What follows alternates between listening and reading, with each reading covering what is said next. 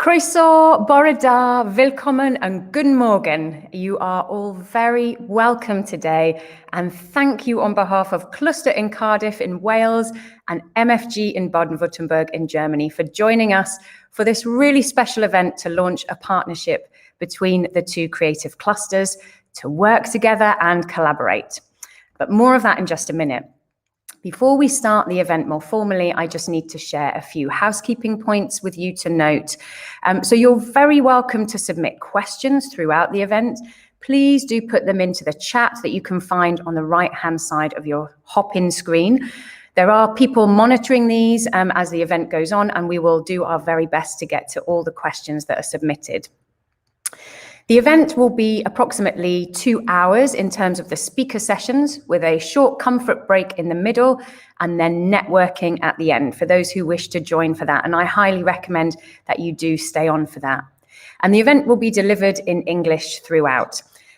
There are also some polls, if you would like to participate in some polls, that you can find again to the right-hand side of your screen in the tab that is called Polls or Umfrage, and please do engage with that if you would like to, as they go live.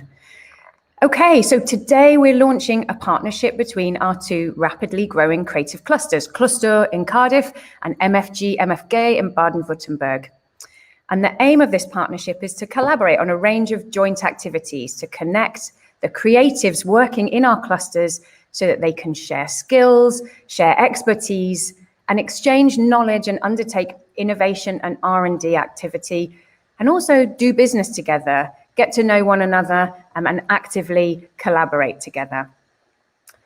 So the clusters first connected about 18 months, 2 years ago, and conversations have continued throughout the pandemic and throughout lockdown, so that we've got to know one another more and more and understand what the strengths and the areas of interest are in both of the clusters.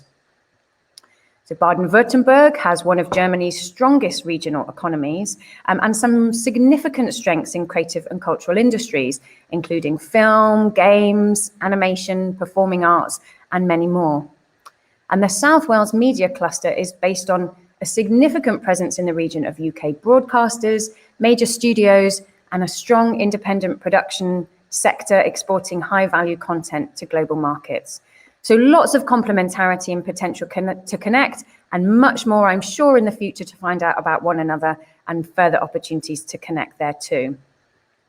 We're really hopeful that the partnership will herald the opportunity to do, to make, to create, to connect, to collaborate, and to see the benefits, the business benefits, and the artistic and creative benefits in both clusters. So I think this is the moment when we can officially say that the partnership goes live. So good luck, pobluk, viel glück to the partnership, and I really look forward to seeing what we do in the future.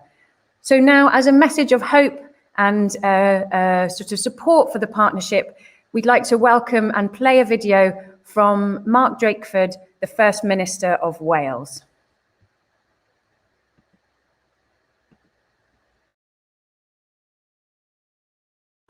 I am delighted to welcome you to Dance Digital and the launch of a new creative partnership between Cluster and MFG Baden-Württemberg. The Welsh Government has also demonstrated our commitment to Germany by opening our first offices in Berlin and Düsseldorf in 2018. And in January this year, we launched Wales in Germany 2021, a year-long celebration of our mutual relationship with events such as this, strengthening our economic and creative links, and others planned throughout the year, focused on culture, learning, innovation, and sustainability. Of course, this year brings its challenges.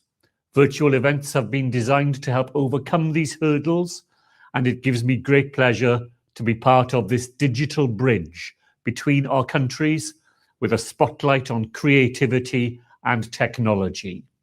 These themes are echoed in Wales's international strategy and are key to our relationship with Germany and Baden-Württemberg in particular. Our long-standing connections with your state are demonstrated by the twinning links not only between our capitals, Cardiff and Stuttgart, but between many other large towns and small communities. Wales has always been a nation of storytellers and song, in words, images and music, which have honed our creative industry.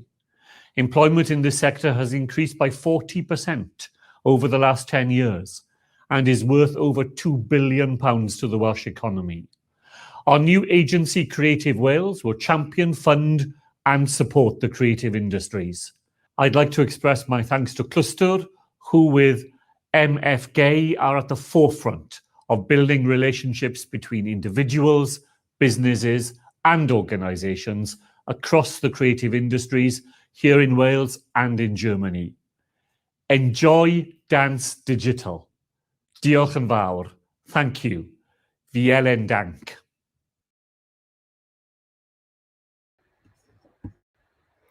Diolch yn fawr, First Minister. Thank you so much to our First Minister for that message for this event. Okay, so for the session this morning, it will fall into 3 parts so that everybody attending knows how the session will run. First, we're going to hear from the leaders of the 2 clusters, Angela Frank and Justin Lewis, and I'll pose a few questions to them. Next, we're going to hear from a collection of really interesting and inspiring speakers who will talk about projects that they're doing within the 2 clusters around their dance practice and innovations and perspectives on digital and digital and mixed mode in dance. And then we'll have some time for some questions and networking at the end. So as I said before, please do put any questions you'd like to pose into the chat. We'd love to hear from you, the audience. Okay, so without further ado, let's get on with the doing. And I'd like to give a warm welcome to Angela Frank, Head of the Cultural and Creative Industries Unit at MFG Baden-Württemberg, and Professor Justin Lewis, Director of Cluster. A warm welcome to you both.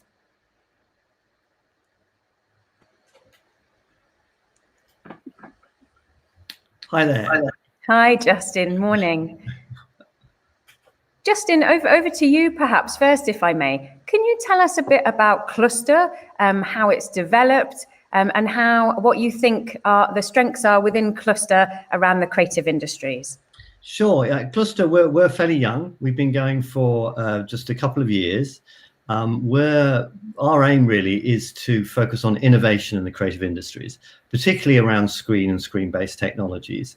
And we work with industry partners throughout Wales in order to fund, curate, help develop R&D to do innovation in various areas. And one of the projects that we're looking at today has been one of our partners in that area. So that's what we do. We're fairly young. The strengths of the region, as the First Minister Mark Drakeford alluded to, are in a number of areas, but particularly around film and TV.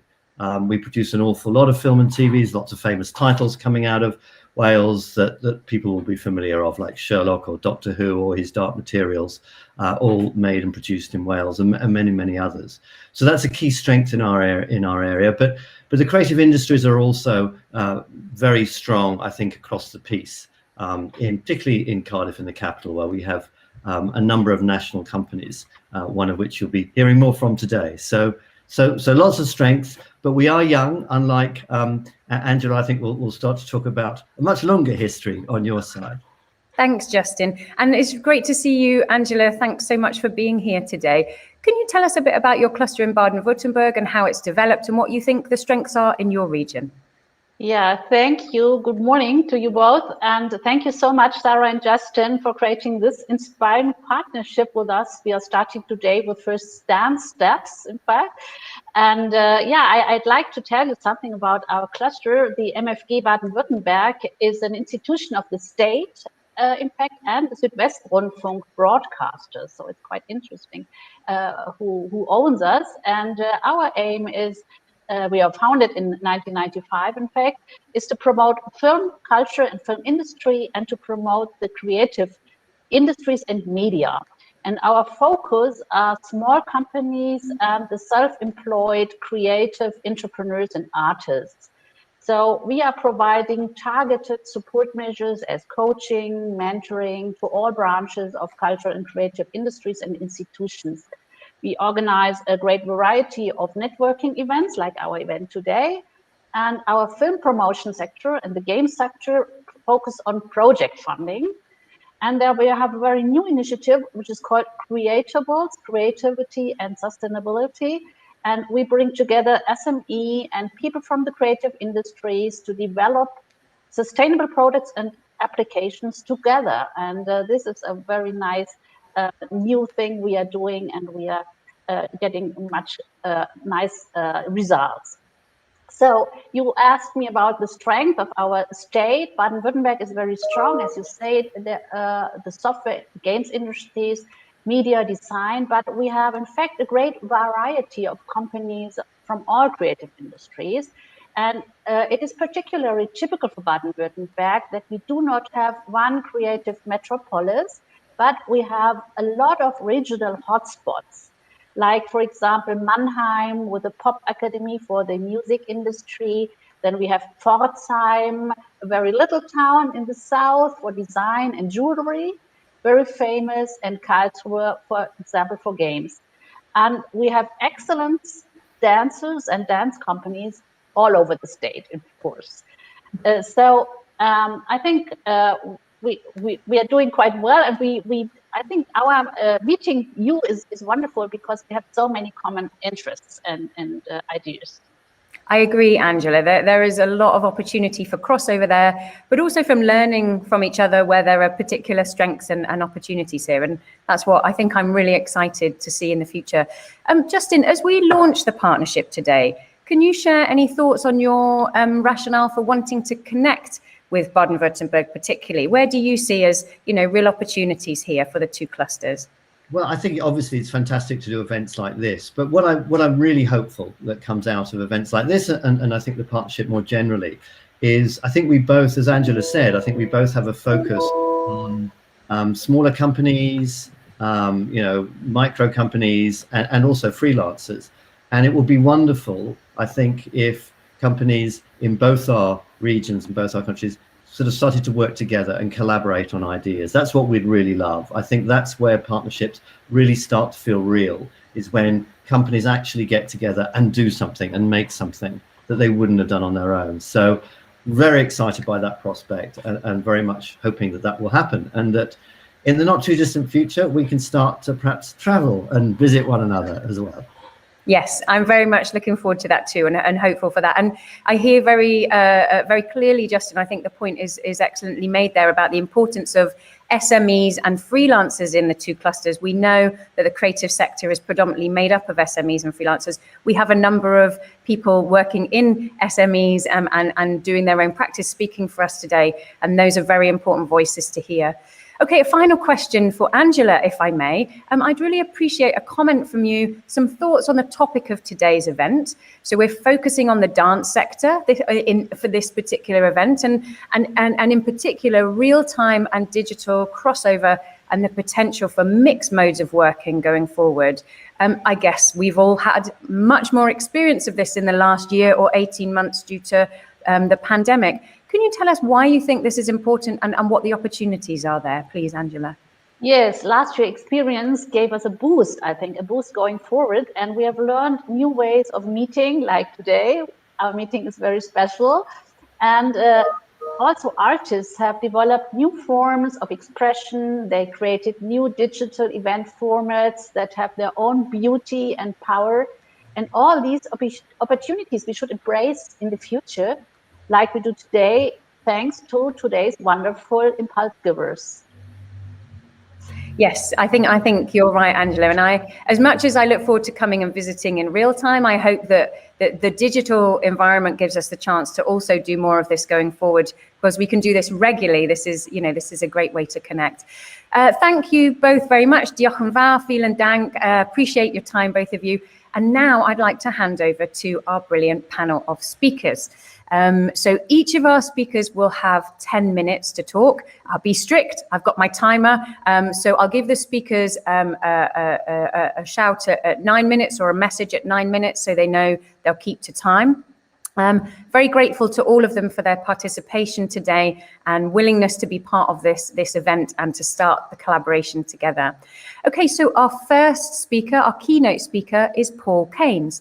And Paul is Chief Executive Officer of National Dance Company Wales, our national dance company here. A very warm welcome to you. Good morning, and over to you, Paul.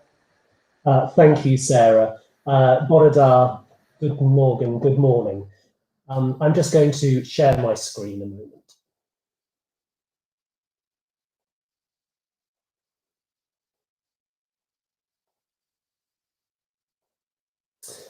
So it's a privilege to be able to address audiences in Wales, in Germany and elsewhere today.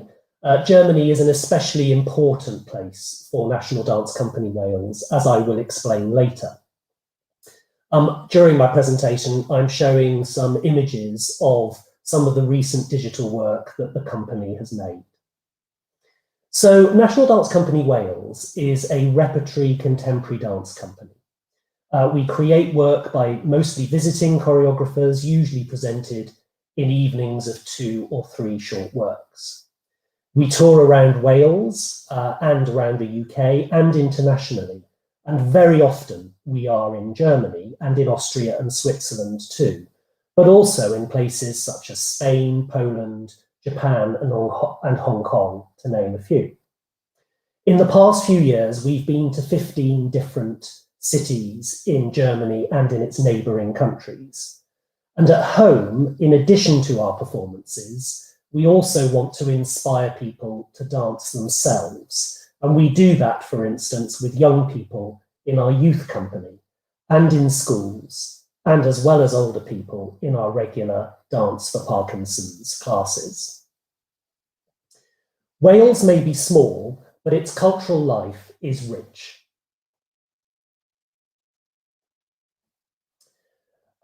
Wales has a powerful reputation as a creative nation, and our national government is interested in the soft power of culture and creativity. So when we tour, we're representing our nation and communicating what modern Wales is, its diversity, its bilingualism, and its welcome. It can be tough for a small nation like Wales to be heard, but culture, including dance, is one of the most powerful ways to convey our distinctiveness. We see our role as being evangelists for dance. As a national company of Wales and as a repertory company, we have a responsibility to inspire new audiences for our art form, converting them into long-term fans. And we aim to commission work which can attract new audiences. And that's true for the digital work that we make as well as for the live performance. When the pandemic struck, we moved quickly, recognizing that our dancers needed to dance, even in their homes. In those early days of the pandemic, we streamed full-length work from our back catalogue. We created content for families to get them dancing at home. We commissioned short films of dance and poetry. Many of the images that you will see today are drawn from that series. And we made work for the world of Zoom with dancers performing live from their homes. After a few months, we reviewed what we'd done in audience terms, artistically, and also economically. I need to underline that most of the work we did in the last year was based around performances online, given our strengths and our purpose. You'll hear about more innovative forms of digital working later on this morning, but our focus has been streaming performances as well as providing some participatory opportunities. And there were 4 key pieces of learning from that first period of experimentation. Firstly, working digitally, and it's different to commissioning live work, enabled us to move really quickly. And that meant that our focus could reflect what was happening at that moment. Black Lives Matter, We Shall Not Be Removed, which called for greater focus on disabled-led arts practice, and also the inequalities which the pandemic had highlighted, especially for freelance artists, required urgent and sustained change in the artists that companies work with, and also in the ways that we work. Those moves are leading to longer term change for us as we develop the relationships that we made and also form new ones. The second learning was that the work which looked most like our traditional work, mainly streams of stage works, reached the fewest number of people. For an audience whose whole lives had become screen-based, it seems that even 25-minute works were too long. More successful were the made-for-format, shorter works, and I mean much, much shorter. Works which lasted 90 seconds or 3 minutes reached more people, and during the pandemic, we've reached something in the region of 900,000 viewers, though I will come back to that figure as there are some problems with it. We've been talking to some other artists who are experimenting with work of just 20 to 30 seconds in length. For instance, Jamal Berkmar, based in Northern England, is reaching between 50 and 100,000 people with each short piece of content, and he's issuing up to 5 short films a day.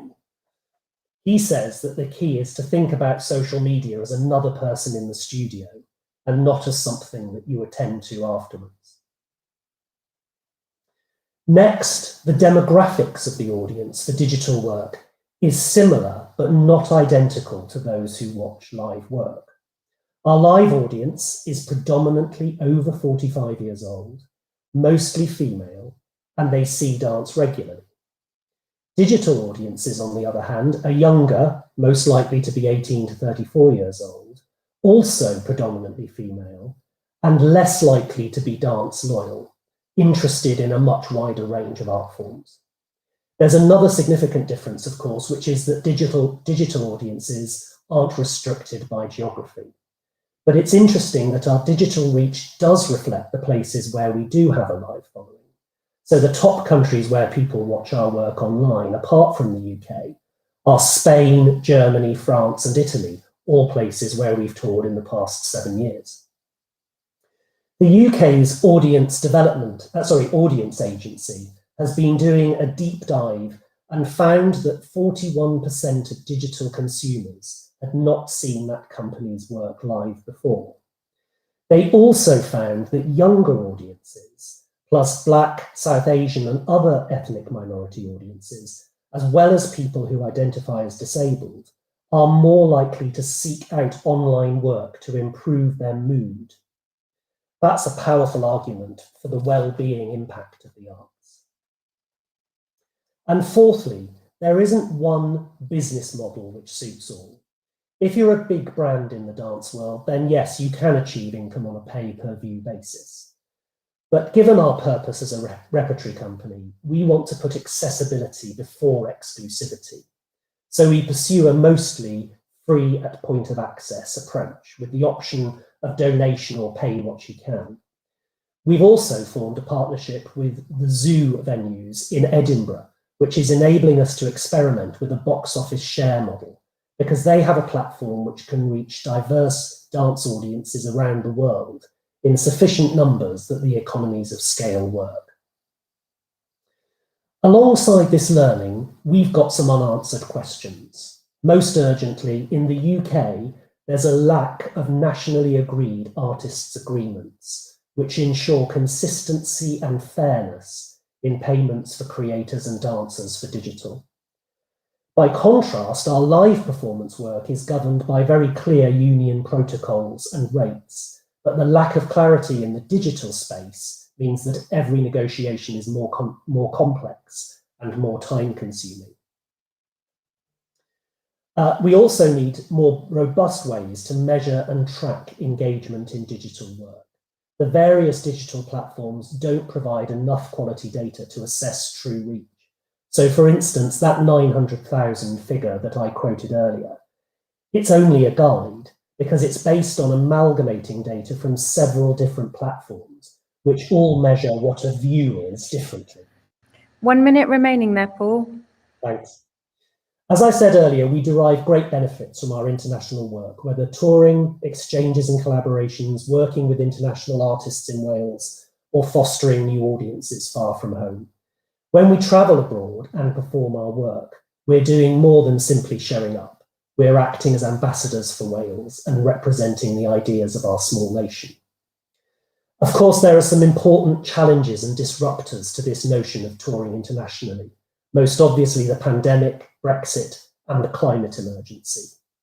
There will be a time when we have managed to live with the pandemic and Brexit, which will allow us to tour internationally again, but the climate emergency demands change forever. To start, we'll be more selective about our international travel, change the ways and means by which we do it, tour more likely, and look into offsetting. There's more to do. And given what we've learned in the past year, it also demands that we rethink the role of digital as an alternate means of exchanging ideas and talking about our identity. But we will tour, as long as we can do so safely and responsibly.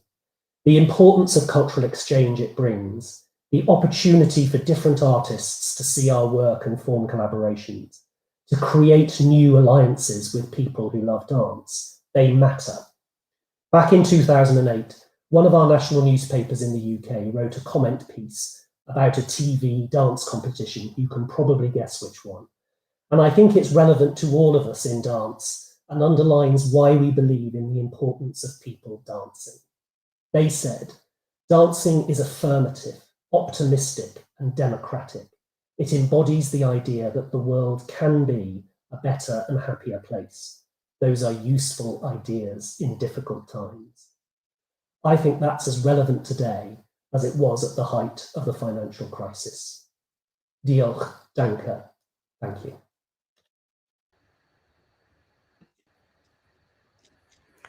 Thank you very, very much, Paul. Much for us to think about and consider there. I have a number of questions, but I will save those until after we've heard our other two speakers. And I encourage the audience to also put down your questions into the chat as the presentations are going. Okay, so thank you, Paul. We'll see you later. In the meantime, I'd like to welcome Eric Gauthier, founder of Gauthier Dance, the resident company at Theaterhaus Stuttgart, where I think he may be joining us from, and also artistic director of Colours International Dance Festival. A very warm welcome to you, Eric, and over to you for your 10 minutes. Thank you so much. Hi, everybody around the globe. This is so nice that I get to speak in English today. I've been speaking lots of German as I am working in a theater in Germany. For the people who don't know Gauthier Dance, we have 13 years of existence. We are unlike all other companies in Germany, in the sense that Germany is very giving, and province and states, and in almost every smallish city in Germany there is some smallish to very big opera houses where there is always a dance company. So you can find even some of the smallest German cities like Schwerin or just you name it, there is one there, and it's really incredible. Gauthier Dance is a bit different because we are the resident company of a theater in Germany, in Stuttgart, in Germany, called Theaterhaus, and the Theaterhaus is it's a Verein. What do you call a Verein in English? It's it's part of a society kind of thing, and it's a private theater. It was built over 30 years ago. And exactly 13 years ago, the director of the house heard that I was leaving the Stuttgart Ballet. I was then turning 30, which is often a pivotal point in dancers' lives. And then he offered me to start a group in his theater. So I was 30 years old, and I said, why not? And 13 years later, we're still up and going, and more active than ever. Especially, in these extremely strange COVID times. I have to be honest with you that I am not a big fan of dance on screen per se, unless it's like with a very interesting concept and topic behind it. A lot of companies from Munich to Berlin to Hamburg, what they did during COVID, they filmed their productions on the big stage and just streamed that. And I have this heartfelt feeling that going into the theater is not just a thing of it's a very social moment. You know, you rarely go alone to the theater. I mean, sometimes some people do, but you rarely do that. So before the performance, you meet friends. Maybe you have a drink and you get excited about what's going to happen. And in the intermission, if there is one, you have a talk about what you've seen and maybe about what's coming. And at the end of the performance, maybe you go eat a bite or, you know, sit outside, have a drink, and there you exchange all the different thoughts that people have had. I like that better, and this said something to me, and this touched me, and I think watching things online from your sofa at home in your pajamas, it's just not the same thing. So I stayed away from that during the whole Corona time until it was beginning of February. I had this monthly meeting with my dancers, and I just gave them the bad news again and again every month. And that month I had told them really bad news. I had said, it's definitely clear the German government is telling us that February, March, and April will be not happening. There will not be an audience in theater. So of course I saw all their heads drop, and it was just a really sad moment. And I kind of smiled in my own head, and I said they look like dying swans, you know, with the long neck. And then then I went into my office and I thought, okay, what are we going to do for 3 months now? Because we were supposed to perform and actually be on tour. And then I thought maybe it's still safe if it's COVID time that they can do solos, you know. So then I just had a crazy idea. I said, the Dying Swan solo, because of that picture I had in my mind, is actually an interesting concept. It's been done modernized. I've seen in a few galas. It wasn't incredible. So I thought, why don't I reach out to 16 choreographers, and each choreographer makes one Dying Swan solo for each one of my dancers. Yeah, I have 16 dancers now, 8 men, 8 women. And so I called choreographers from around the globe, ranging from world stars like Mauro Biconzetti, Edward Klug, and then we're talking about also choreographers from the free scene that I would not have let in the past work with Gautier Dance because it's too out there what they do. I mean, I respect it, but so really I had 8 men, 8 women choreographers working with 8 men, 8 women dancers. So we're getting 16 solos made. And through that process, which was extremely hard because a lot of the choreographers were around the world. So it was the first time we had rehearsed with Zoom, but we never really choreographed with Zoom. It's a bit like what we're doing today. So that was a huge challenge, and it worked out great though. And then I realized, you know what I realized? That we have these great solos and we can't show them to the world because there's no audience. So what I thought is, let's talk to 16 filmmakers and get those solos made as films, as dance films.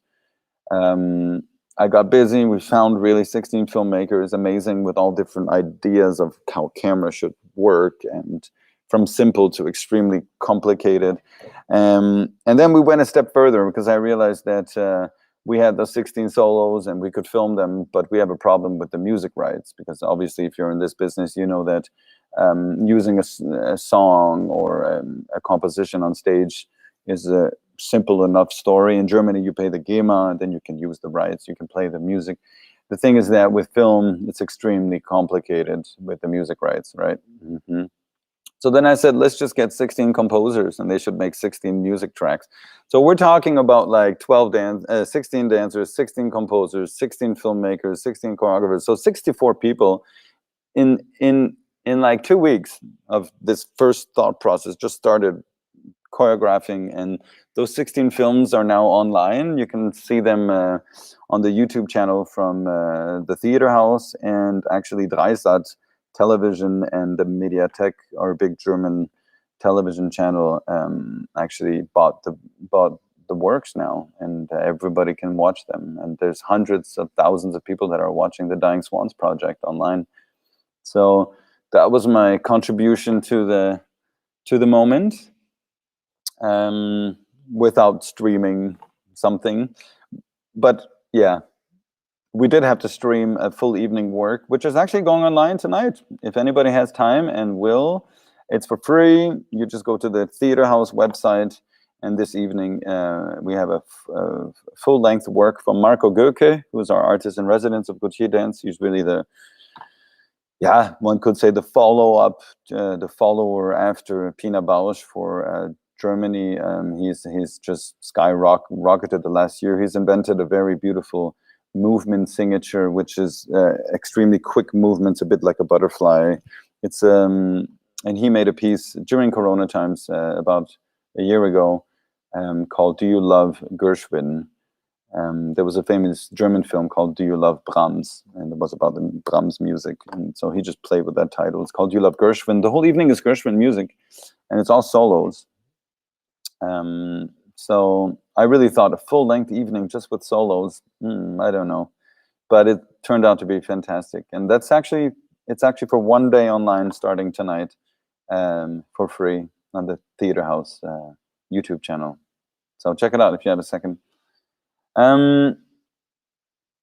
Yeah, what else could I say? I mean, online we haven't done so much more, but I've definitely opened a door now where we're experimenting right now with augmented reality, which is so exciting. And I think one of my main visions is actually to reach out and find a younger audience. I think not enough directors are doing that, and I made myself like a time plan. Within 3 years, I want to have a lot more younger people watching dance.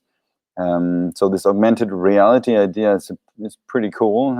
It's part of the project that's called Meet the Talents, and now it became augmented reality because you can't see the show live. So it's called Meet the Talents to go. So what happens is that I'm working with a company from Berlin, and we created 6 short works of 5 minutes, and we're going to have a scan code, which you can. We've recorded the 6 pieces in a green screen room now, and we've taken the dancers out of the picture, and we've superimposed them now on a mapping that it has nothing at all behind it. So if you are going to scan the code that you will see in front of you, which we will plaster all around the city, so that the people can experience dance in the strangest corners of the city, you're going to scan it, and what happens is that wherever the scan code was, your camera will then pick up whatever is happening behind it as a picture, like a video, if you're filming a video or like a picture. And out of that code, the dancers actually literally pop up off from the code up, and they start to dance the solo. The music will also appear. So it's really it's crazy. If you're filming really close, they're like that big, the dancers. And the moment you get further away with your camera, they grow in space, yeah? And that's 1 minute left, Eric, if you don't mind. Thank you. And we just filmed it so well that you can really go close up, and you can really stare in their eyes, and you can. I mean, it's really fun, and that's gonna come out in 2 weeks from now. I'm just creating the app now, which will be downloaded. You can get it from the App Store, from the Apple Store. I'm still looking for the perfect name. Is it Gay Day Go, like Gautier Dance is on the go kind of thing, or Go Gautier Dance Go? Boom. I'm not sure yet, but I'm going to find the right title for it. The app is designed right now already. And I hope people around the whole globe will just get that app, click it, and actually when you get the app, you can actually decide to watch it without the scan code. So the whole world can actually get to experience augmented reality with my company. Yeah. Thank you so much, Eric. I really loved hearing about your global projects. Some by default, there's 16 plus 16 plus 16 plus 16 that just grew, and then some that you've planned. So many more questions there, and some great feedback in the chat. Thanks to Kaylee for posting up links. So if anybody wants to follow up some of the things that the dancers are talking about, then you can see that there, that our speakers are talking about. Thanks, Eric. We'll welcome you back in a minute for questions. So please do keep the questions coming. But before we go into questions for our first 4 speakers, I'd like to welcome our final 2 speakers for this session. So the first of these is Fergus Okrahor, choreographer, dance artist, and former artistic director of National Dance Company of Wales. And he will be joined by Rob Eagle, interdisciplinary artist, and they are going to be talking about a project that was funded by Cluster in the last year. So please welcome you both to the stage.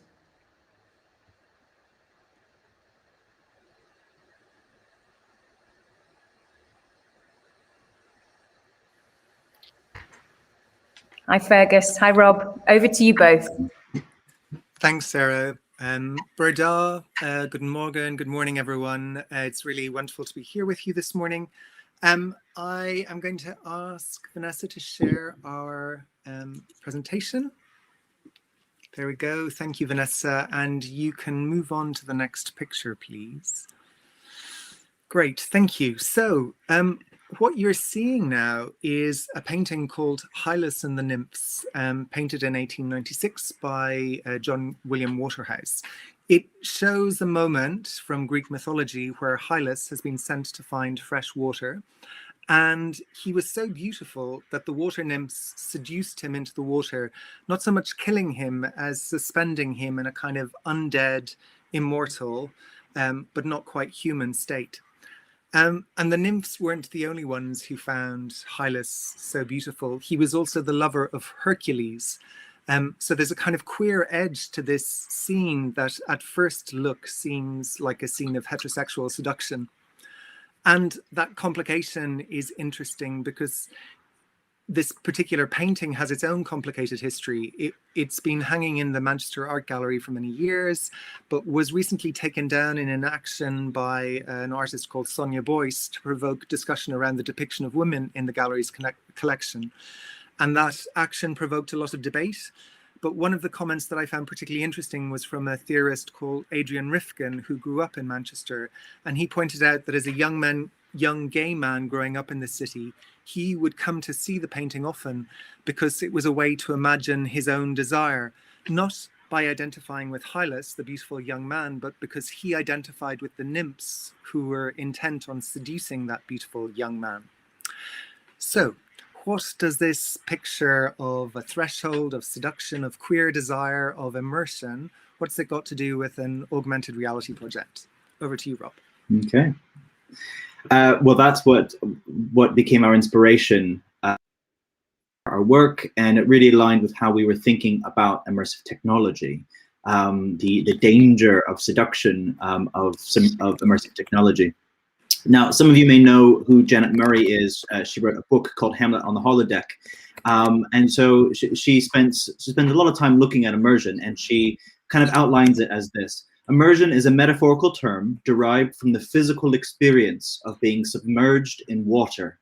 We seek the same feeling from a psychologically immersive experience that we do from a plunge in the ocean or swimming pool, the sensation of being surrounded by a completely other reality. The enjoyment of immersion is a participatory activity. So that helped to kind of draw us into this idea of thinking about the underwater, the aquatic qualities of immersive technology and bringing that into dance.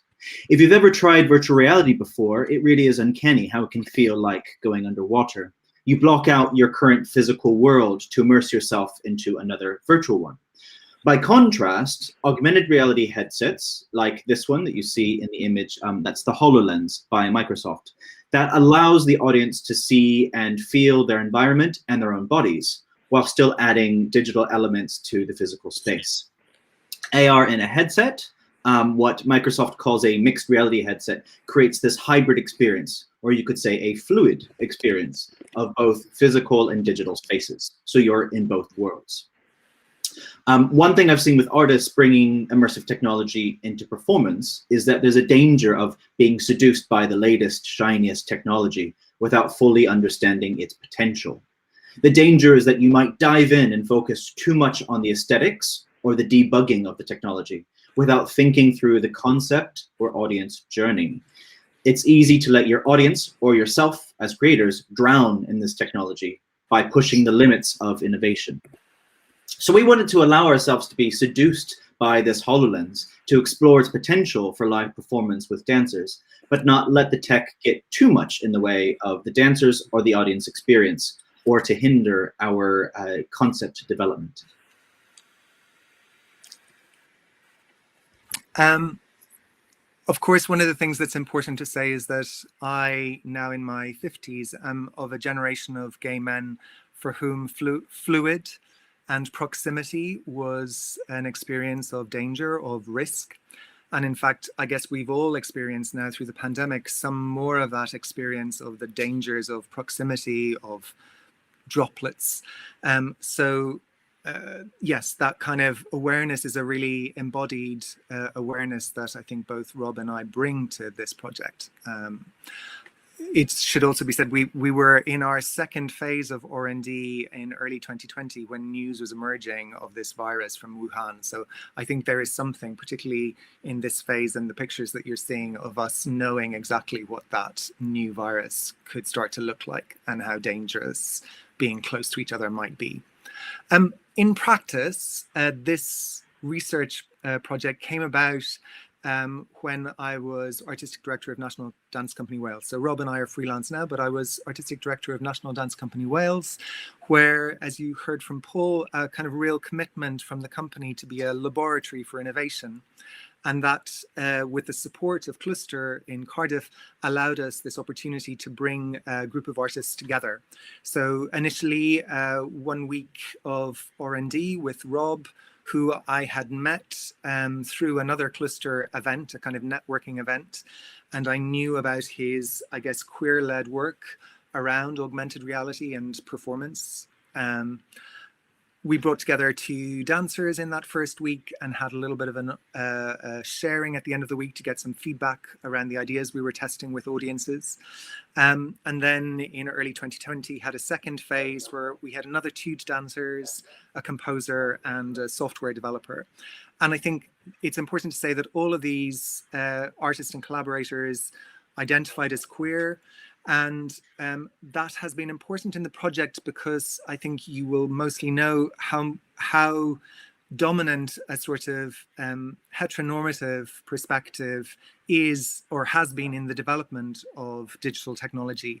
And so it was important for us to just think about what this non-normative, this non-dominant position might look like in approaching the use of dance and technology.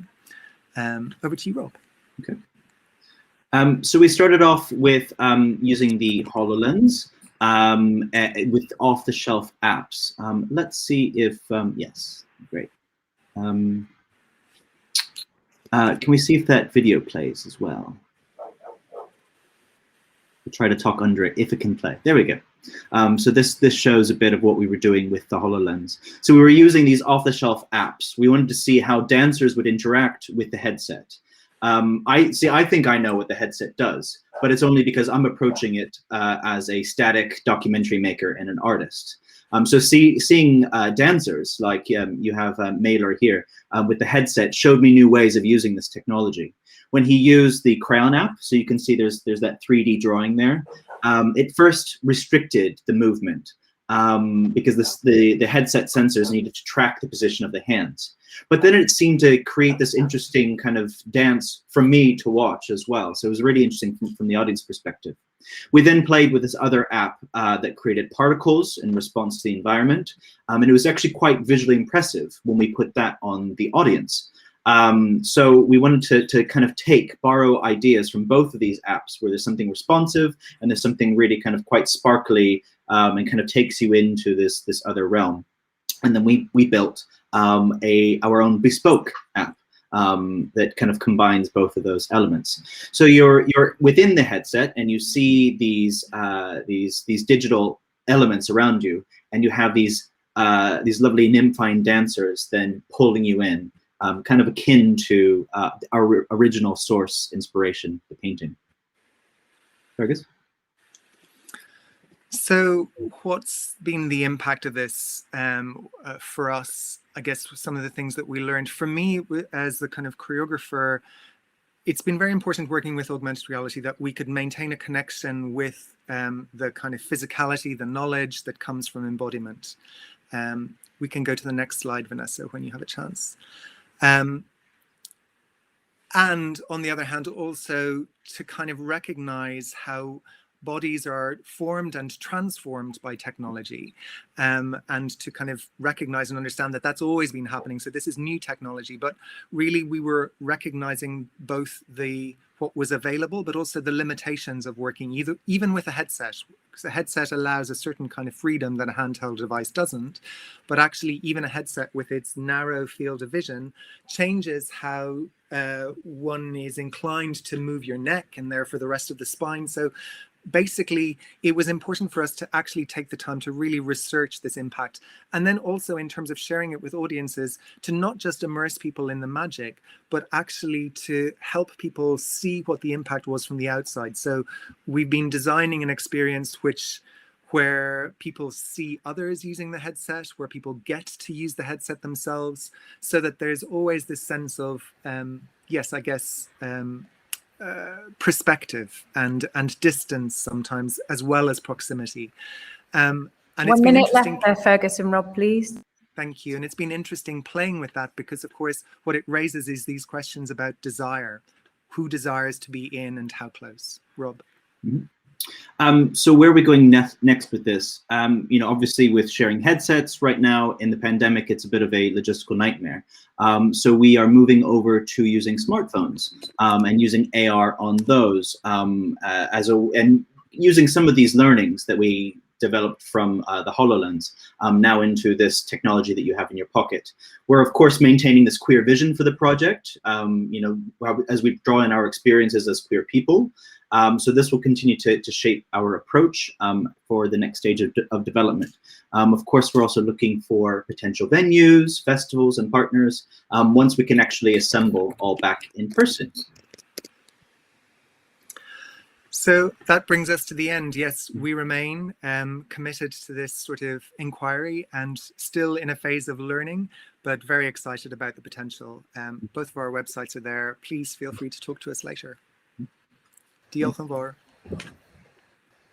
Thank you both very, very much. And if you could just hold there for a second, I know that we're going to welcome back Paul and Eric and have a couple of questions. So if anybody would like to ask questions, please do put them into the chat. If anything occurs to you as we're chatting, I'll monitor it there. But I will take the liberty of asking a few myself. I have about 100 questions. There was so much richness in all of those presentations, and I look forward to a bit of the networking at the end to pick things up. I think between the four of you, you've pushed on a lot of really topical and key issues that are so pertinent to what everybody's doing and how we're working and how we're making and creating at the moment. But Paul, if I may come to you first, one of the things that struck me particularly about your talk, there were many, we'll be picking them up over a stroll around the park, I hope, in the not too distant future, but was about the shortness of the length of the work that you were talking about being commissioned. And you and maybe our other speakers might have a thought on this. My question, I guess, is how does that impact the creative process? Because we've got digital tools that can help us clip work and really, keep work tight and the streaming capability. But how are you finding those conversations are going with choreographers and makers to ask them to really change how they're working? You're not asking them to make a half-an-hour piece of work. You're asking them for something very different. How are you finding that, Paul? Well, it is a challenge, of course. But do you know, on the whole, people are really interested in the challenge. And most of the people that we've asked to make content of, let's say, less than 3 minutes have seen it as this really fascinating idea that they need to get their heads around, perhaps for the first time. And so there's been lots of experimentation. People have really relished the chance to do that experimentation.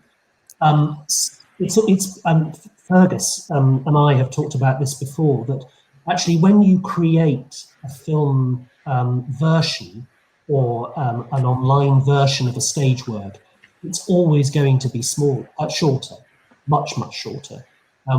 When Fergus has created films of his stage work before, I think it's ended up being around a third or even less of the length. And it seems that actually when we're asking choreographers to do that, they're finding the same. They're finding that short format works. Now, I referred to Jamal Berkmar in my talk, who's making content of 20 or 30 seconds long. That's extraordinarily short. That's what he finds on Instagram works best in terms of reaching the broadest audience possible. I mean, that's quite incredible, isn't it? I would, if you wouldn't mind, Paul, or maybe connect with Kaylee, and we could put a link to his work, because I think a number of us would perhaps like to have a look at that. That sounds quite intriguing. I'm picking up on that in terms of, changing creative processes and changing ways of working. Eric, that was definitely a flavour of your talk this morning. Your different formats and different creative opportunities that arose as a result of thinking, well, I can't get people in a studio, so how can I connect globally and across the world? How much do you feel that your work and your way of working has been stretched and pushed, and how much do you think you'll continue to do that as lockdown eases and the world goes some way back to what we knew of it before, perhaps? Yeah, it's a big question going around that not just, of course, not in the dance world per se, but actually in all kinds of businesses, and that they've noticed that the workers actually just being at home still works very well, and me, I've noticed that actually I kind of like this whole film stuff online, and which I wasn't into before. I told you guys that. Yeah, I think if you we were going to show my film, my Dying Swans film. We didn't do that. My COVID Cage, it was called, my short film. Did we forget to do that? We put Sarah? a link into the chat so people do have a chance to connect to it there, Eric. Okay, they will find it there. Yeah, great. So those short films, I like them so very much, and I think we won't do Dying Swans anymore, but we'll find another way of finding a good theme. And it's true, they shouldn't be too long.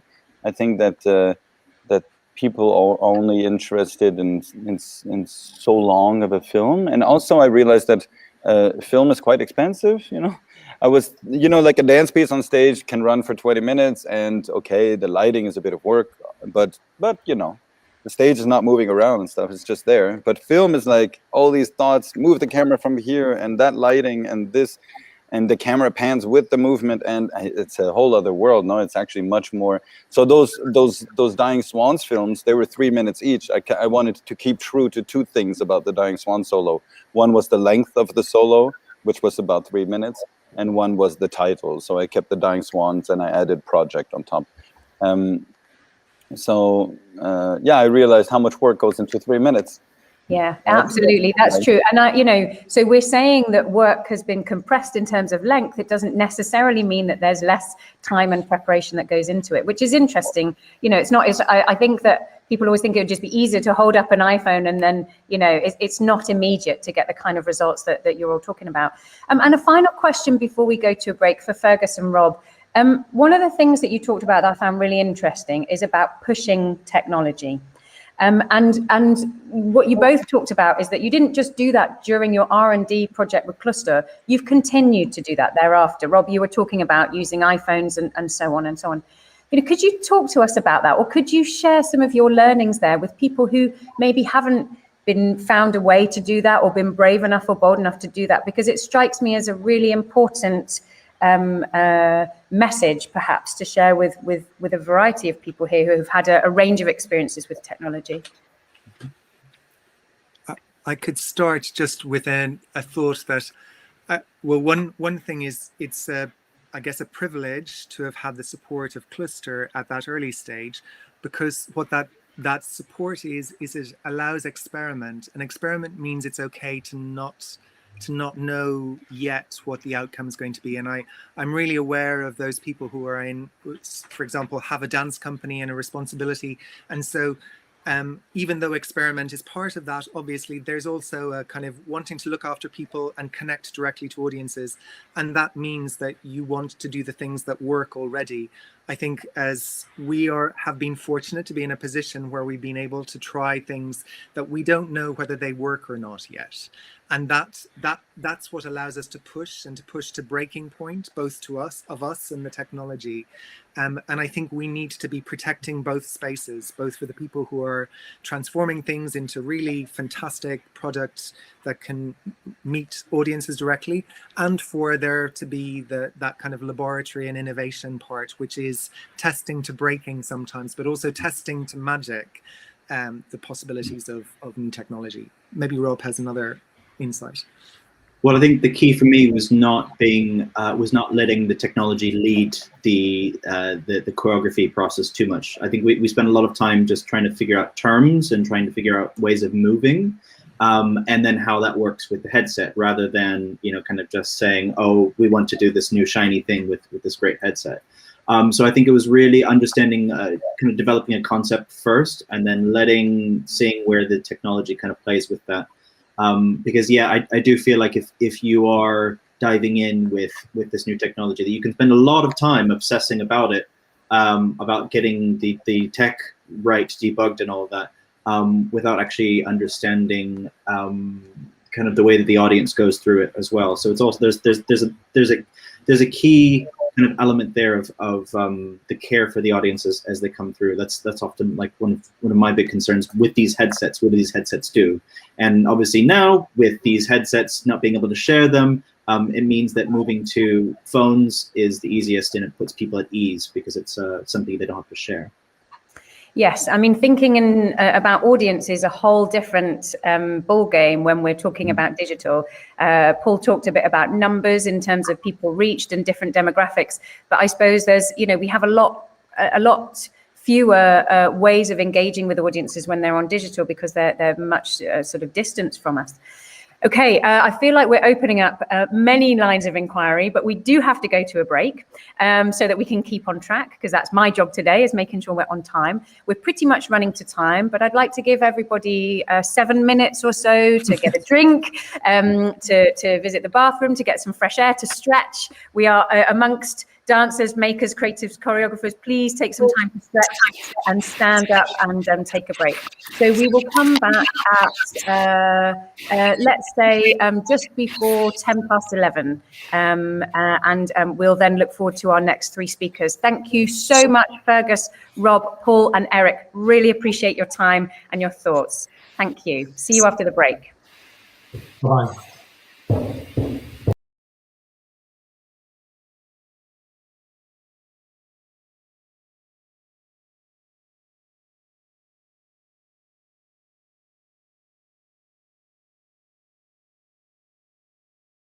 Project.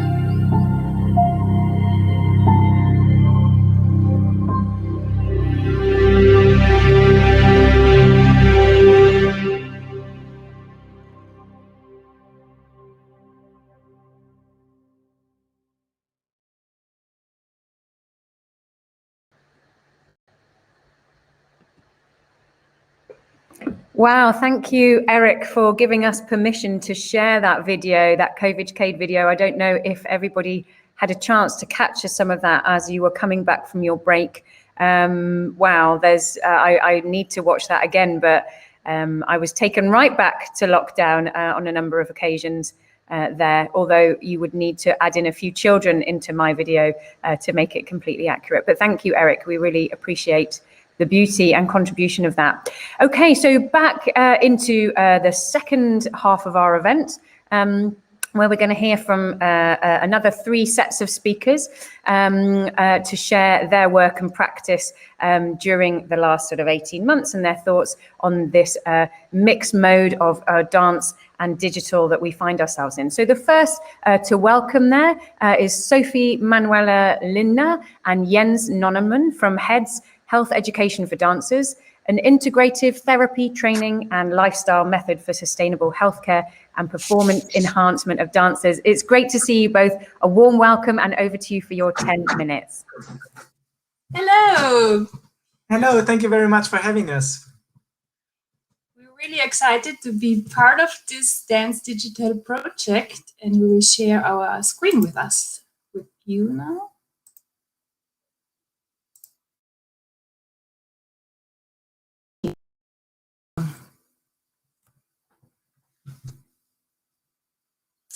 All right, so first of all, thank you for having us here. We really appreciate the opportunity to share with great people such as all of you are.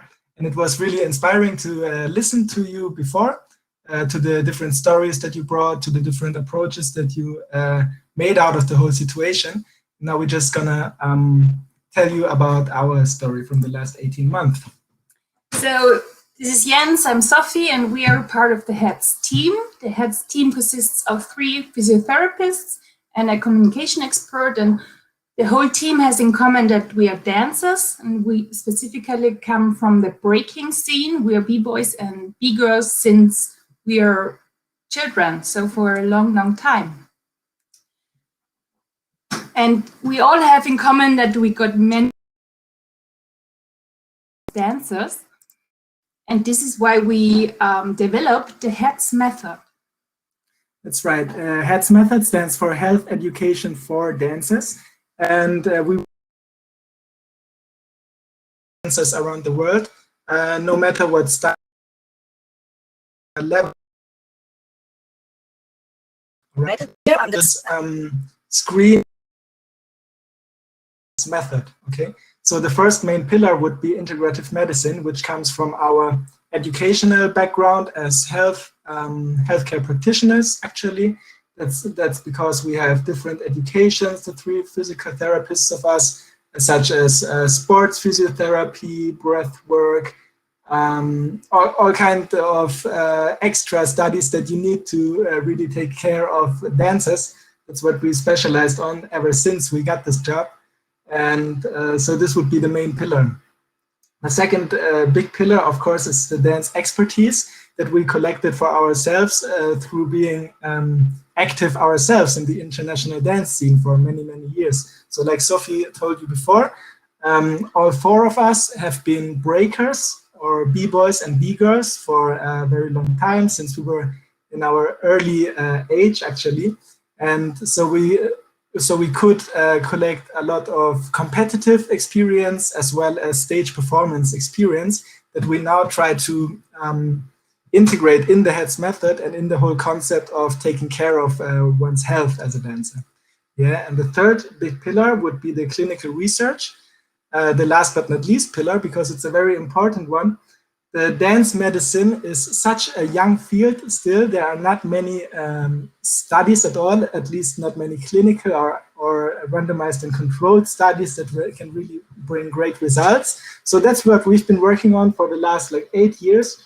We've been cooperating with 3 research institutes from Germany, which are the CIT Research Institute, also the Sporthochschule Köln, which is Sports Academy Cologne, and the University of Stuttgart. So these 3 pillars form the core of the HEADS method. And our mission is to have less injured dancers and to help professional dancers to enhance their performance.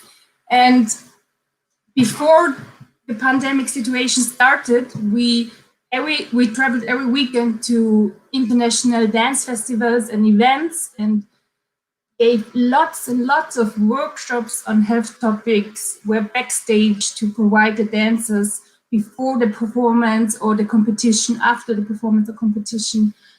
And then 2020 changed the whole concept. And in the first situation, it was really hard for us because, everything stopped. But then we switched completely all services online. And we now, with 1.5 years of experience, we realized how good we can use this digital system to really be able to spread the HEADS method worldwide.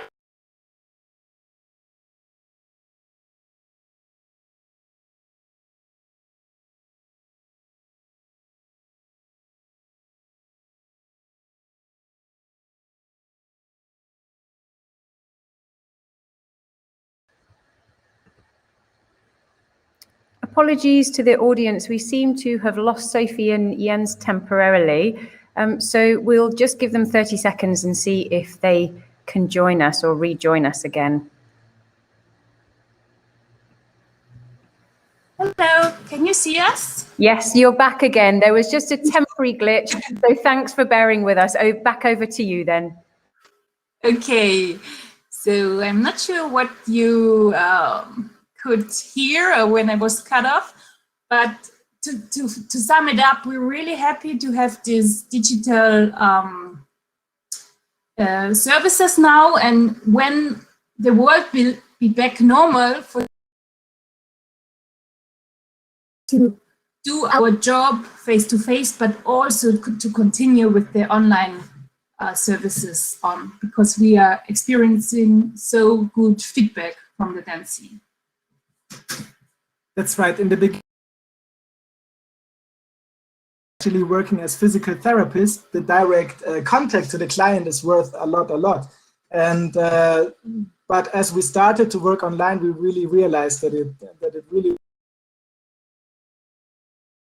you can give to a actually to empower him with therapeutic techniques to use for his own. That's the whole point, and you can teach a lot online. So I hope you can see the next slide. We are now going to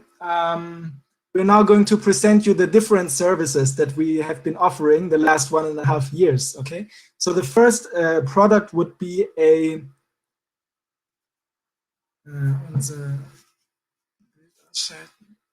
the first product was a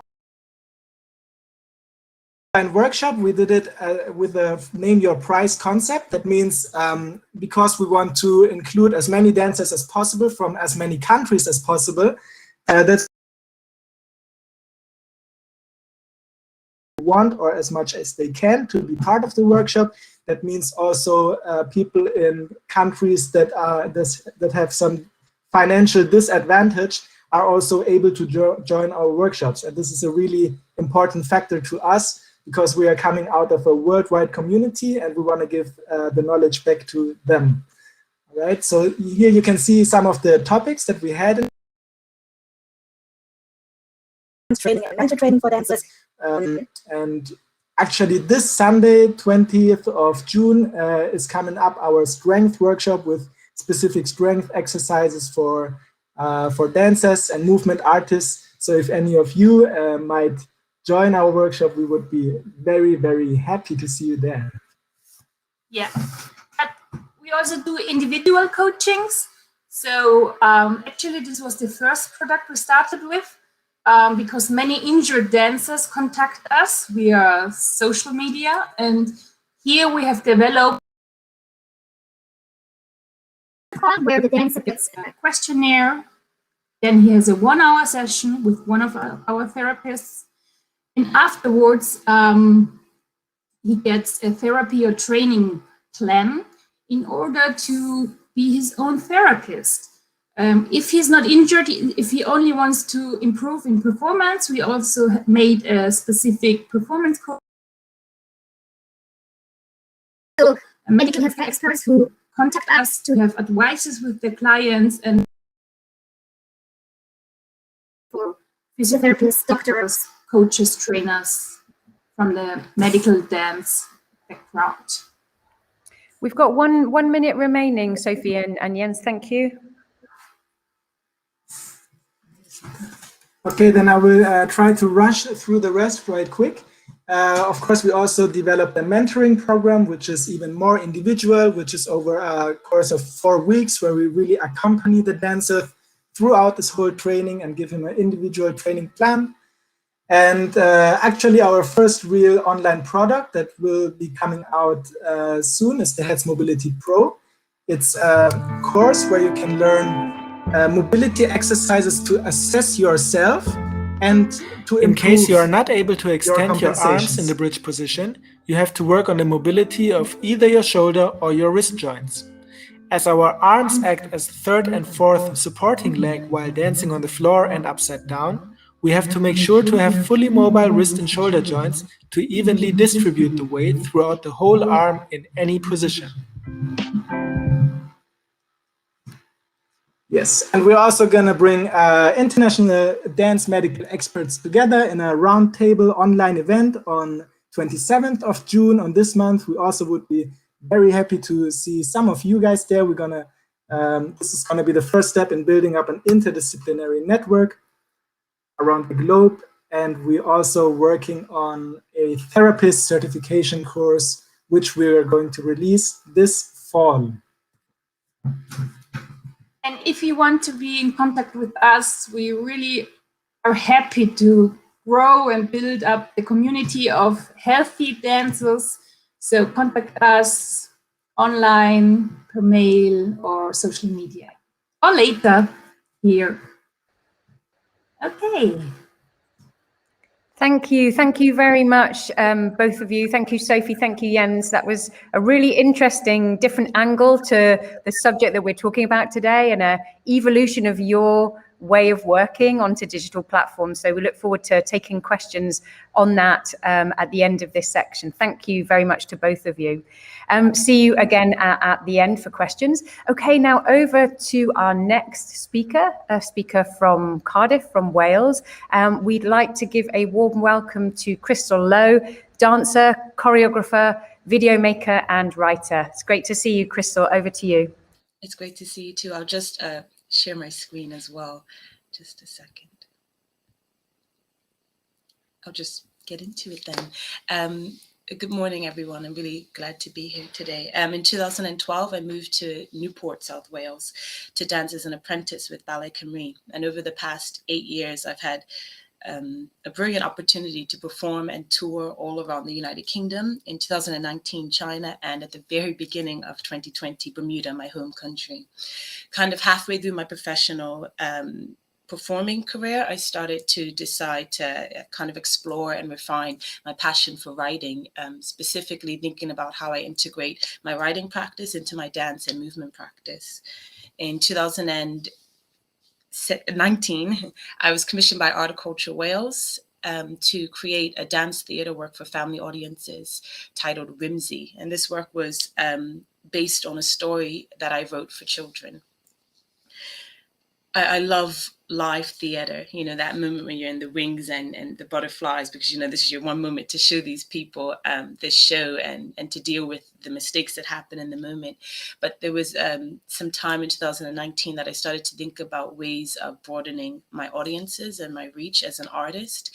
And one of the ways I thought about was dance for digital platforms. And so while there is definitely privilege involved in accessing digital platforms and media in that way, there is a wider range of audiences that maybe won't come to arts performances live, but would engage online. And so my first commission was through Film Cymru, BBC Arts, BBC Cymru Wales, and Arts Council Wales, and that was for Daughters of the Sea, a short film that I wrote, I directed, and I choreographed. I had an incredible opportunity as a part of this commission to kind of be surrounded by really experienced people in the sector, in the film sector. And so I could bring my experience in the arts and dance sectors, and I had their experience around me, which meant that I could take risks and really enjoy the process, because I knew we weren't all learning the same things at the same time. And one thing that I really took from that was a greater understanding and a real love of camera work, and using the camera not just to capture the creativity, but as a part of the creative process, and to be a part of telling the story and sharing the message of whatever work that is. Previously, I think I would have considered it as, the dancing takes place and the camera is a bystander, and it captures the work so that it can be shown, But yeah, I've really enjoyed in Daughters of the Sea, and then continuing from that, I've really enjoyed to see how the camera can be a part of, and is a vital part of the storytelling. My second commission then was Green Man Trust Commission for their Green Man Festival that year, and then went on to the Place London Festival in January this year. This commission was titled Rewild, and it was in collaboration with Matthew Goff. After quite a long time of working together, it was really nice to do this work, which felt like a very important message that I wanted to speak. A lot of words that I wrote the text for this as well as performed in it. But the words were important to me and important for me to speak them. And so this felt like that. And the process of this felt very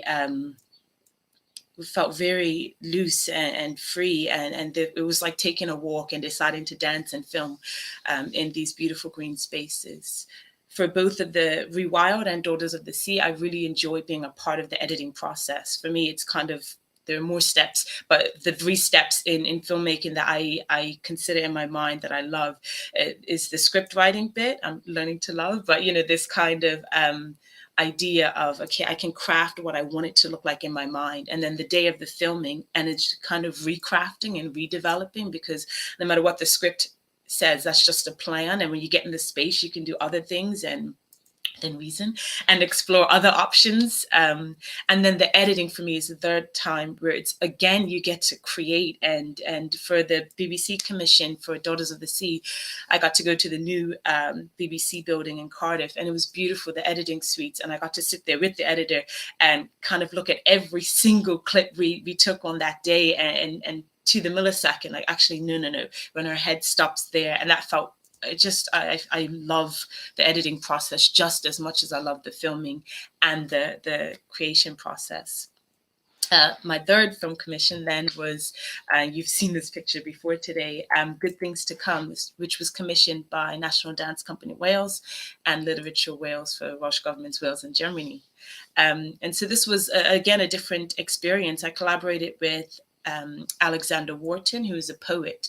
And so it was really great for me, after my previous experiences in the past year, to come to a work that I would direct and perform, but I wouldn't write. And there would be another writer. And so even though the writing was, we discussed what we both wanted for the work, it was still his writing that came to me. And it was a new challenge and quite intriguing to take someone else's kind of vision and to craft it and to make it become a reality through the film.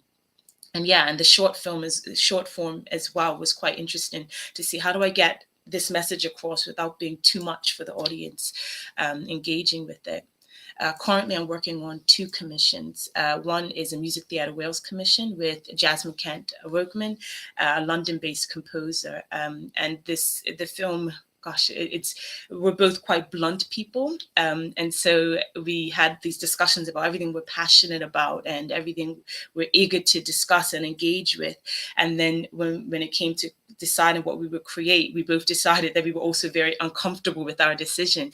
And that's a nice space for me to be. As I said, we're both blunt, and this work is about being really open. Even the costume, I've said, okay, can you make it like it's not actually a costume, it just kind of hangs and drapes. And so the costume designer is really challenged by that. Like, how can I make this costume stay on you, but not be formed in any way? And the text is quite open. It's kind of along the idea in my mind, and the audience can take what they want, of that that blood is thicker than water. You know, the blood of the covenant is thicker than the water of the womb. It's about those people, that those intimate relationships in its broadest sense of the term intimate, and those connections we make in the broadest sense that have nothing to do with familial connection or but have everything to do with that covenant between the two or whoever that is. And so it's quite broad and open to interpretation, and it makes me feel uncomfortable, but I'm very excited about that. And then the second commission is in collaboration with Matthew Goff, again, and that is a BBC Culture and Quarantine commission. That is a complexity of skin. And so that's a short film that we're creating that speaks about neurodiversity and touch. For this film, a lot of things, I think the one thing I think about collaboration is that common thread of letting go. And for me, you know, I'm very particular. And so it's constantly not about letting go of all of my desires, but letting go of only my desires. And that together in collaboration, we create shared desires so that I let go of my vision so that we can have our vision.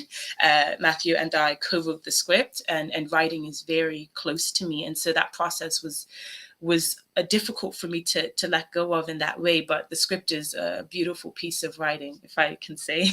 It's a beautiful piece of writing that I'm very proud of, and I wouldn't have written that alone. And so for me, collaboration is key to getting me out of my usual things, but working in new ways. And so what is next for me? Exploration.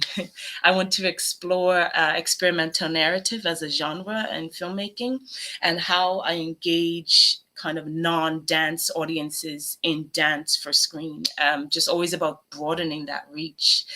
I want to tell stories of people whose stories haven't been told yet, people who feel unseen. I want to tell those stories. The defining moment for me, when I decided I will continue with screen, was this moment. I was standing in the BBC building in Cardiff, in central Cardiff. And if you've never been there, it's I think you call it atrium style, where it's kind of like hollow center, and you just see the offices and everything is open. You've got about a minute left, Crystal. Thank you. Thank you. And as I looked around, the people who looked most like me were cleaning the building. And now I have great respect for cleaners. Their work is valuable, essential, and honest living. But the person who's employed to clean the building doesn't get to make the decision about which stories are told. And so for me, I also have these vivid visions of brown-skinned little girls with long braids in their hair, and they walk across me on my street, and they look to me and they smile. And for me, in that moment, I said, I will do this for those little girls, so that when they come to these buildings, they see someone that looks like them, making the decisions, sharing the stories, that when they turn on their TV, it's their stories that are told. That's really important to me. And so I'm a dance artist, a choreographer, a writer, a director, a project manager, a speaker, a mentor, an educator, an activist, and a feminist. All of these things aren't many things. They come together as one. I create arts experiences that explore intersectional identity, mental health, well-being, and empowerment through the mediums of movement and text. Thank you. Wow, thank you, Crystal. Lots for us to digest and think on there. Thank you for telling us your story and the story of your work today and your thoughts about the future. I look forward to picking up some of those in the questions. Thank you for your time, Crystal. We'll welcome you back to the stage in just a second.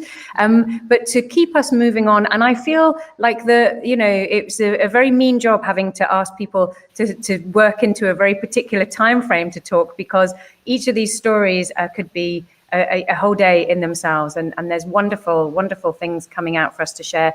But in the spirit of keeping to time, I'd like to welcome Karina. Hi, Karina, great to see you. Hi, Karina Clay, hi, is a freelance choreographer, dancer, and a chief executive officer. And I can't wait to hear more about her story. Over to you, Karina. Thank you. Thank you very much. I also gonna share my screen.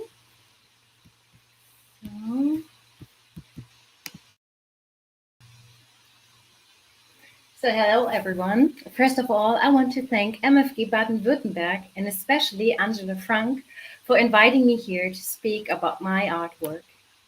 My name is Karina Sabine Clay. I'm a mother of 2 children. My daughter is 20 years old, and my son was born last year in the first German pandemic lockdown. As you can imagine, 2020 was a very exciting year for me in many ways. I'm a freelance artistic director, a choreographer, a dancer, and the CEO of the CSC show agency for artists and shows. Together, we've developed shows, projects, and concepts for any cultural, social, and commercial event. My artists are freelancers, well selected and professionally trained, and we work together as a collective. That's why my criteria in selecting them for the agency is based equally on skill and character. Today, I'm talking about the Emotions Project, which started in the middle of the pandemic. The deciding factor was the request from the German museum House of History of the state Baden-Württemberg in the summer 2019. I'm going to show you how we managed to produce 8 dance performances during the pandemic. And 1 second, please. Yes. And how we communicated, how we rehearsed, and how we are going to perform for the audience at the end. Greed, hate, and love drive people. They bring us together and separate us. They develop societies and ruin them in history and present. The House of History Baden-Württemberg is dedicating a 2-year exhibition trilogy to these key emotions. For this exhibition, artists work together with different social groups on the trilogy. We bring in our own stories and experiences that connect to the historical themes. What do you love, hate about Germany? This is the question we ask ourselves in a participatory and social cultural art project with professionals and laymen. At that time, no one knew what the challenges we would face.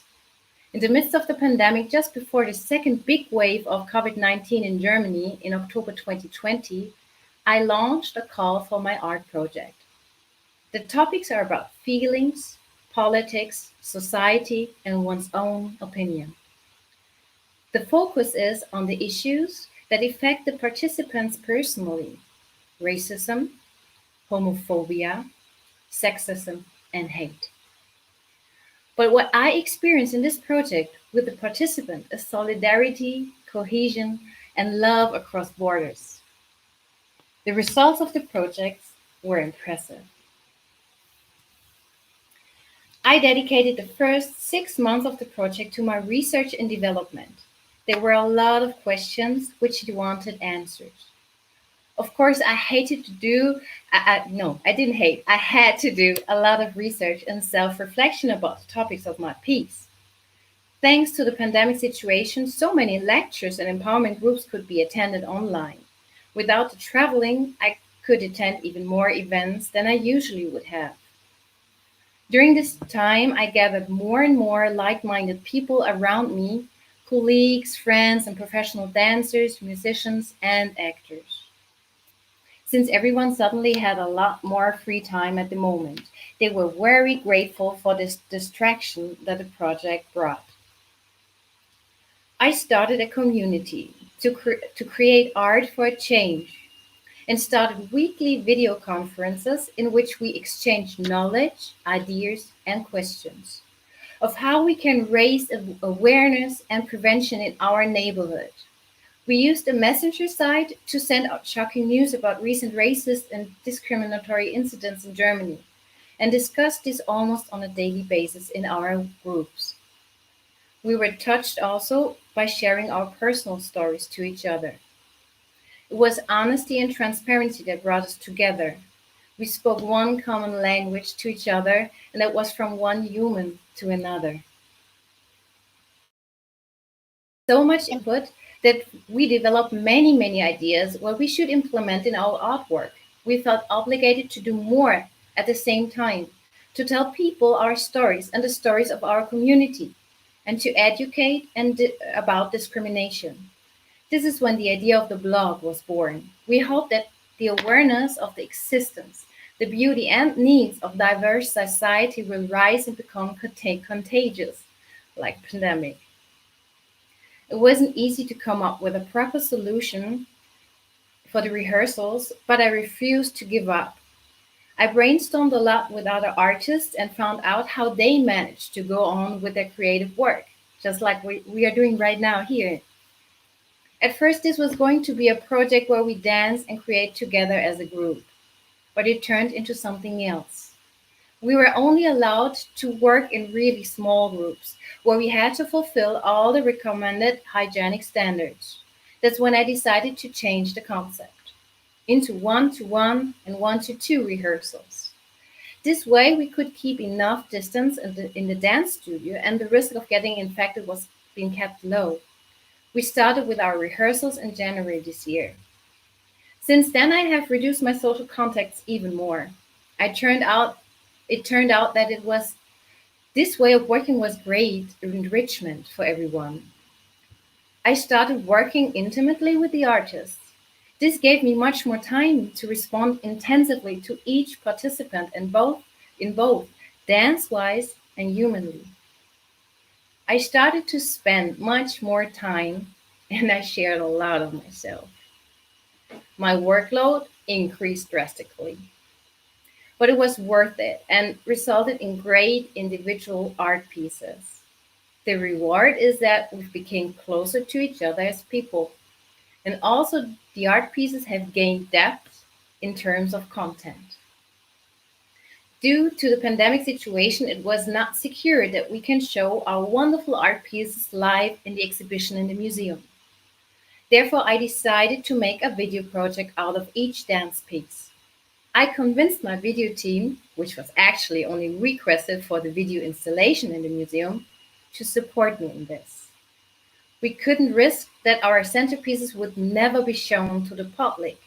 It was also important to us that the video recordings were not simply a documentation of the pieces, because we didn't find that inspiring enough. No, the dance, the video, and the music should emerge into one art project. The video should be able to stand on its own as a digital experience. So the team and I developed an individual video concept for each artist. All of our art pieces can convince live and digitally and stand for themselves. The video stands on its own as a digital experience that changes hearts and minds. See for yourself. I only have some shortcuts, so you can see how some of our pieces looked at the end. These are shortcuts from 4 art pieces. We're still in the production, and so the premiere hasn't taken place yet, but I can still show you some snippets.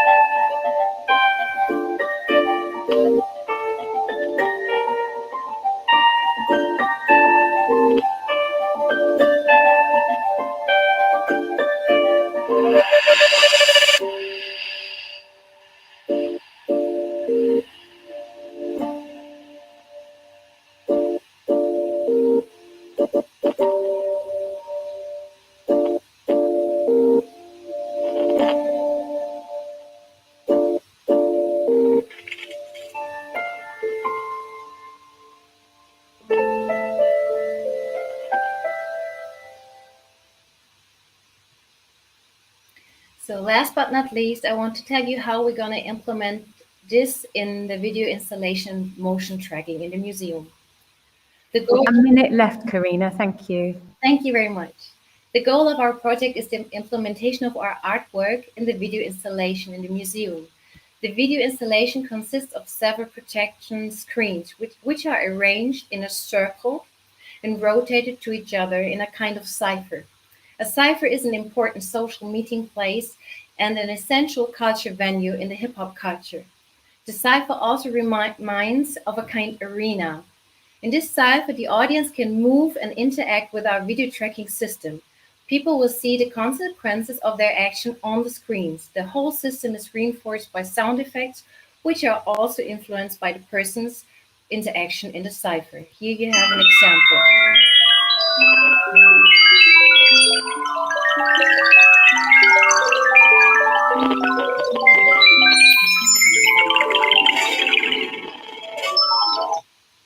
So we believe arts can help to overcome cultural difficulties and can in any case survive any pandemic and even emerge stronger.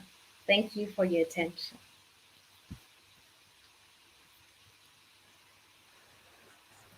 Karina, thank you so much. Thank you so much for sharing those videos with us and that story of making the Emotions project. Yes, many more questions about that. And if anybody else would like to pose a question to Karina, please do put it in the chat. If I could welcome back Jens, Sophie and Crystal to the stage, we'll have a couple of questions for our speakers before we go on to the final networking part of our session. Hello, and thank you very much to the four of you for your stories, your work, and sharing some video content with us of your work in action. We appreciate it enormously. So first question, if I may, to Sophie and Jens. What I found really interesting about your story is a whole development in your business model because of the opportunity that digital presented to you. And that combining with perhaps a focus that maybe was greater during lockdown on health and well-being. Maybe you might have a thought on that or not. So my question is, do you think that this would have happened if the pandemic hadn't happened? Do you think you would have been forced, if you like, or you would have thought to move your work, this service that you talked about, online? And where do you see it going in the future? You talked about a mixed mode of operating. Do you see the digital developing, or do you see it staying the same? Well, I think the pandemic was a really important factor that pushed us to starting our whole service package online as well.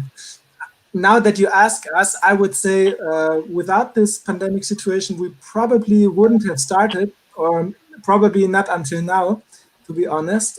Here in Germany, we can see since like the last recent years, they were promoting e-medicine more and more.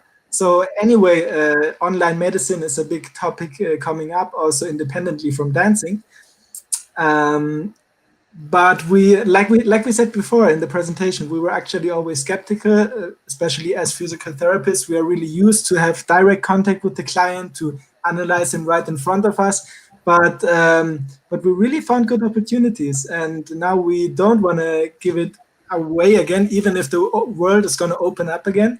I guess we're going to keep our online products because we could see great benefits from it. And do you see the users of those online products as different to the users that you would see in real life? You know, have you opened up, as well as a new way of working, have you opened up a new potential audience to yourselves? Yes, that was also a big argument for us that made us start the whole thing, because we were always traveling internationally, competing internationally ourselves, and therefore giving workshops live at many different places. And we didn't want to lose the community that we have built up during the last 20 years that we've been dancing. We still wanted to be in contact with them and keep in touch with them and just support them with our method. So that's also another factor that drove us to doing everything online, because we can reach each and every country. It's definitely a big advantage. Yes, definitely. I think that's certainly a theme that we've talked about today in terms of the global, which I think we've always talked about around digital, but in the last year or two, we've really understood that in real time, the potential there. Crystal, if I may come to you next, I think, you know, it was fascinating during your story of your work about how all of your work, or much of your work that's crossed over into the digital environment through video and streaming and so on, has been in collaboration. I mean, there was such a richness in your story about collaborating with people. And I loved hearing about the benefits of how you talked about collaboration and letting go and shared desires. So can you just talk to us a little bit more, or give people advice about if they haven't worked in that way before, how they might start to approach it, because, you know, I think at the offset it's easy to hear you've got a long list of collaborations and, you know, and wonderful output from it. But if you were giving advice to somebody who hadn't tried to do that with the thought of it becoming a digital output, how would you suggest for someone to even start that process? I think you have to look for the people who have the same values as you already, even if you're very different from one another. And then you come together and you take that time to build that working relationship. Jasmine and I met maybe 3 months ago, so we haven't had as long of working relationship, but much of our conversation has just been about what our values are as women and as artists. And then from there, kind of, it makes the give and take of collaborating a lot easier when you understand where that person is coming from and what's important to them. My collaboration with Matthew Goff is a lot longer. We've worked together for the past 5 years. And so that even though we haven't worked as intensely as we are now for 5 years, we have been connected through work for 5 years, and spent, literally countless hours discussing our values and our desires for the sector, our desires for dance and for art.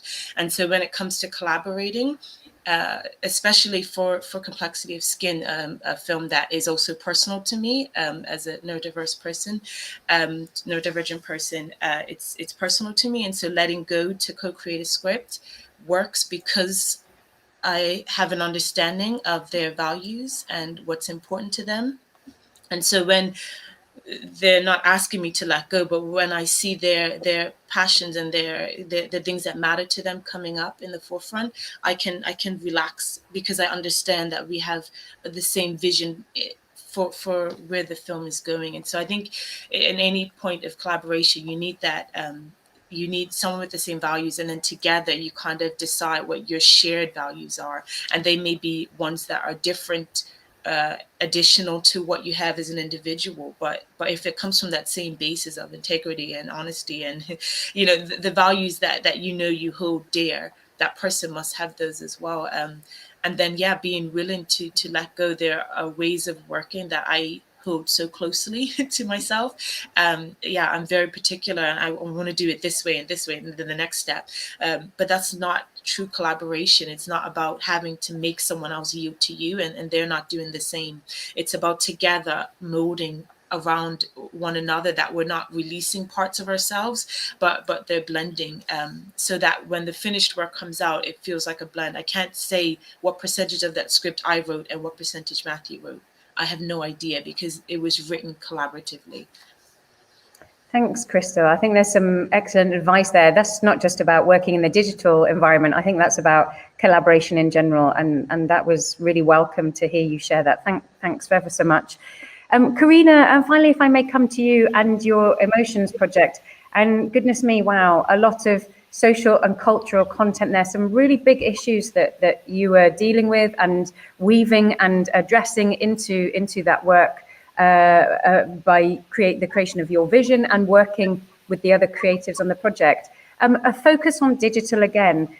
How did you think that enhanced the making experience for you and for those making it with you and for the audience, if I may? Mm-hmm. It's a very good question, Sarah. Yes, it enhanced us. As I said, that we had to think differently and start to open up our minds. How can we find new visions, new perspectives? And I really love this, because I also love to have new challenges. And I feel that my team felt the same. They love to have new challenges. And especially I love that we're working so intimately together, that I really had more time for each person in the project.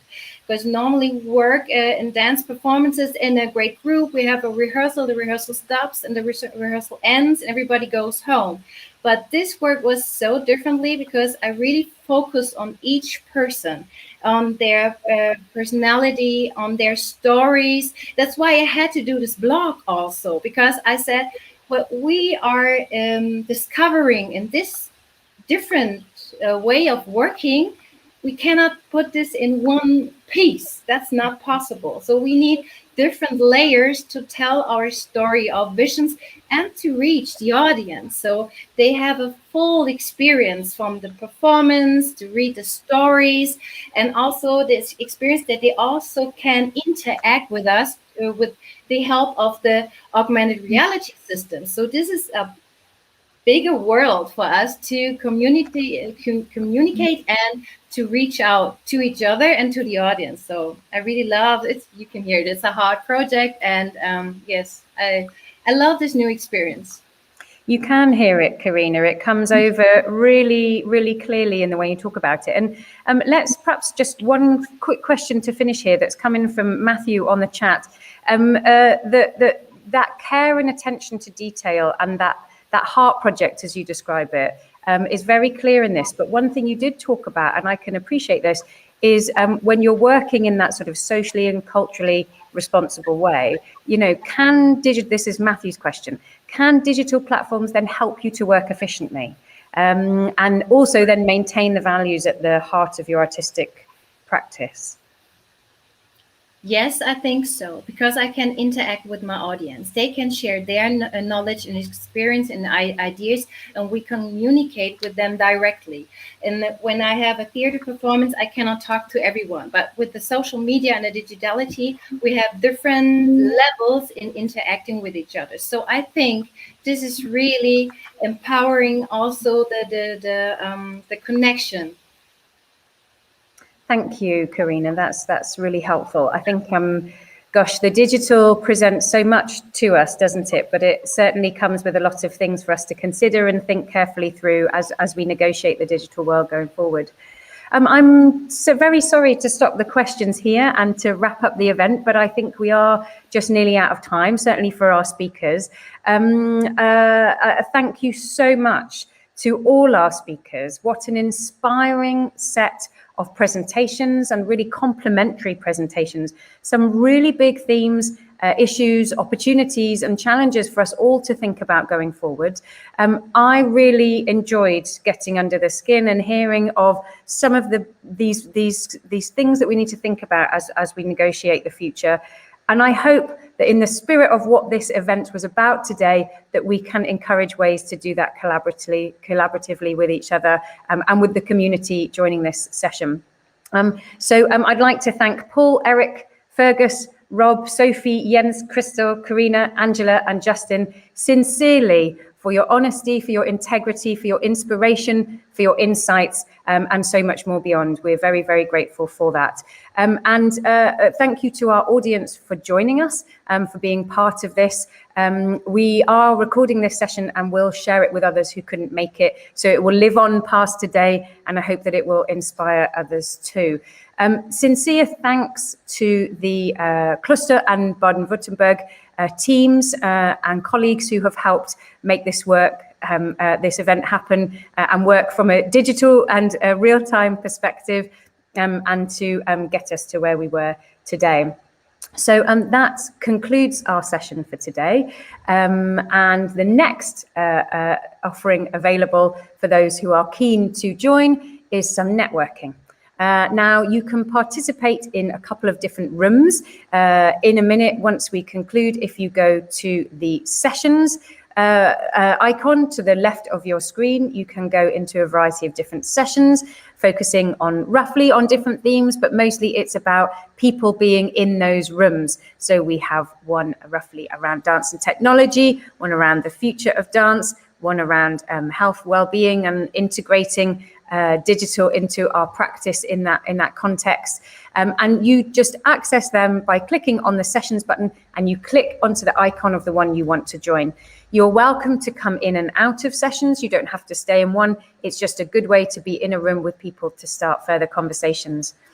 Or if you'd like something slightly different, you can click on the networking icon underneath the sessions icon. And what you will have there is that you will turn up in a one-to-one networking session, which lasts 4 minutes. So for those who are after something a little bit less predictable, you don't know who might be in that room, that offers quite a fun option to meet somebody wholly new. And I guess in the spirit of what this event is all about, which is about collaboration and meeting new people and partnering with others and just learning and hearing about what others are doing, please do engage in the networking if you can make some time. I'm sure a 5-minute conversation would be very worthwhile, or longer if you're able to do that. Okay, so I'm really looking forward to working with colleagues in Baden-Württemberg in Germany going forward and really trying to create that opportunity for our two nations to engage with each other. I think it's amongst very difficult times that we're living in around the globe that cooperation and collaboration is the absolute antidote and a reason to be hopeful about the future. And I think this session this morning told us all about that. And showed us many ways that that's already happening. So thank you so much for joining today. Enjoy your networking. Diolch yn fawr, vielen Dank, and schönen Tag noch. Goodbye.